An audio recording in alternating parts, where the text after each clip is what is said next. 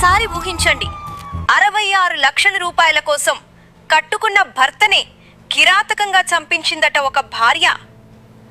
తెలంగాణ ఖమ్మం జిల్లాలో జరిగిన ఈ క్రైమ్ స్టోరీ ఇప్పుడు అందరినీ షేక్ చేస్తోంది. భర్త అనారోగ్యంతో త్వరలో చనిపోతారని ముందుగానే అతని పేరు మీద 66 లక్షల ఇన్సూరెన్స్ తీసుకుంది ఆ భార్య.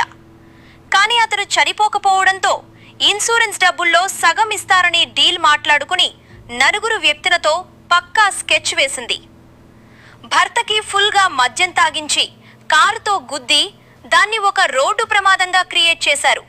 యాక్సిడెంట్ అని నమ్మించే ప్రయత్నం చేశారు. కానీ పోలీసుల విచారణలో ఆ భార్య ఆరిన అసలు నాటకం మొత్తం బయటపడింది. డబ్బు కోసం ఇంత దారుణానికి ఒడిగట్టిన ఈ భార్యకు ఎలాంటి శిక్ష పడాలి? కింద కామెంట్ చేయండి. ఇలాంటి రియల్ క్రైమ్ ఫ్యాక్ట్స్ కోసం నేత్ర మీడియాని ఇప్పుడే సబ్స్క్రైబ్ చేసుకోండి.